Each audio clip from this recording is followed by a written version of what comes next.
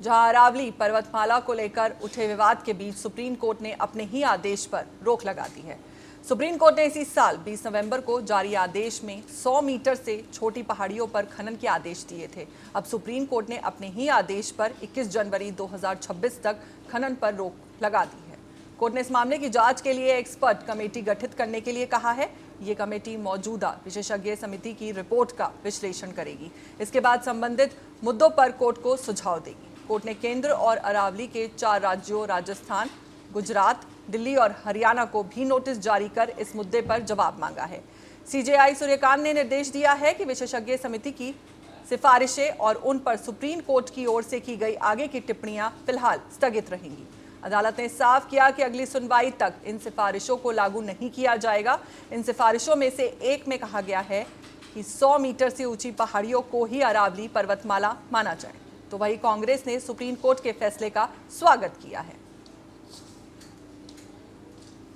आज supreme court में बिल्कुल दूध का दूध पानी का पानी साबित हो गया।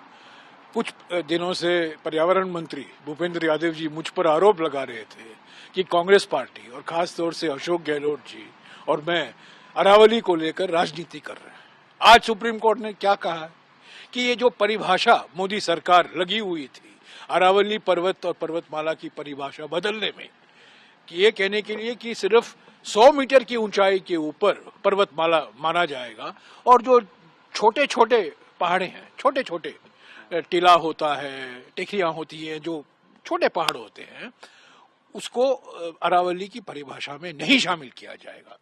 हमने ये मुद्दा उठाया, मीडिया में भी उठा, कई अखबारों में, इंडियन एक्सप्रेस, राजस्थान पत्रिका, सभी और सारे सिविल सोसाइटी नागरिक संस्थाओं ने इस मुद्दे को, क्योंकि सब लोग चिंतित थे कि अरावली राजस्थान के लिए, दिल्ली के लिए, हरियाणा के लिए और गुजरात के लिए, खास इन 4 राज्यों के लिए, पर सारे भारतवर्ष के लिए एक हमारे भौगोलिक और प्राकृतिक। ये फैसला बहुत अहम हुआ है।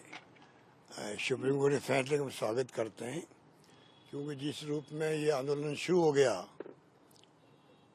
युवाओं ने, छात्रों ने, आम जनता ने, एक्टिविस्ट ने, कोई पीछे नहीं रहे। तो सरकार को भी समझ में आ जाना चाहिए कि जनता क्या चाहती है। ये जनरेशन का सवाल है, आने वाली पीढ़ियों का सवाल है। अरावली नहीं रहेगी तो क्या होगा इस देश के अंदर। आज गैस चैम्बर बना हुआ है दिल्ली, अगर अरावली नहीं रहेगी तो कितना क्या होगा देश में, कहाँ का गैस चैम्बर बनेंगे, कोई कल्पना कर सकता है क्या। बड़े बड़े एक्सपर्ट की राय सामने आती है, लगातार आ रही है इन दिनों के अंदर। तब समझ आना चाहिए सरकार को कि अरावली का कितना बड़ा महत्व है। और आपने आनंद फानन के अंदर उसको रिकमेंडेशन दे दिया। मेरा मानना है जो कमेटी थी सीईसी की, सीधी रिपोर्ट करती थी सुप्रीम कोर्ट को, नॉमिनेशन भी सुप्रीम कोर्ट करता था। उसको खत्म करके क्यों बनाई कमेटी नई विभाग ने, केंद्र सरकार ने, और वो रिपोर्ट देगी विभाग को ही। नॉमिनेशन कौन करेगा?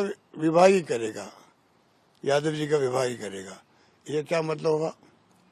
आज आधी समझ उसके कारण पैदा हो रही है। वो कमेटी होती, लोगों को विश्वास होता भाई ये सोच समझ कर फैसला कर रहे हैं। अब भी समय सरकार के सामने आगे आना चाहिए उनको, और नए तरीके जनता क्या चाहती है उस ढंग का फैसला होना चाहिए।